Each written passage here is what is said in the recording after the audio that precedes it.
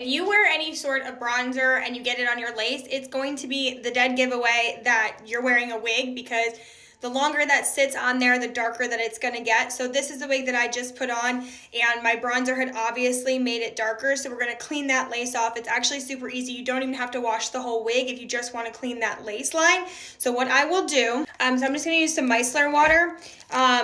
If you want, obviously you can feel free to wash the whole wig. I use Chelsea Smith Crown's wig washing. I use Chelsea Smith Crown shampoo and conditioner. It's made for synthetic wigs. Also, I forgot to mention, the wig I had on was Naomi in the Scandi Light Brunette, and she's still available.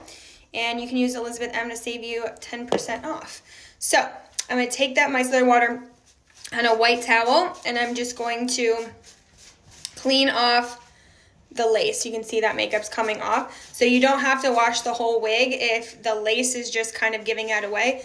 A lot of times I will see people put put a lot of makeup on the wig trying to match it to their skin. Like, you do have to match it a little bit, but if you leave it on there, it's just gonna get darker, or if you put too much on, it's gonna get darker. And that is what I find, like, sometimes people do, is just they put too much makeup on the lace, and then it just makes it really dark, and that's gonna make that lace super, super noticeable. So if I do put any bronzer, it's not usually on the lace, it's usually on my forehead to try to like match that lace. So again, you may have to fully wash this if it's like really set on there. You may have to do a shampooing and conditioning and just focus on the hairline.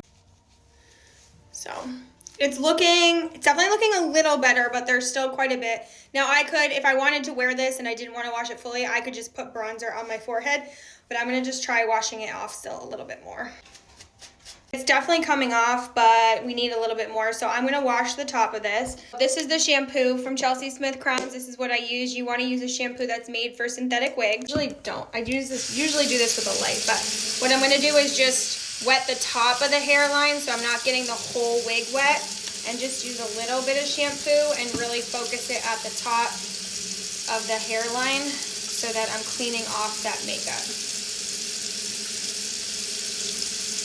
Whenever you're washing your wig, you want to make sure that you get all of the product out. So with synthetic hair, it sort of sits on the wig. It's not going to get like absorbed into the wig. So you just got to make sure you really get it all out.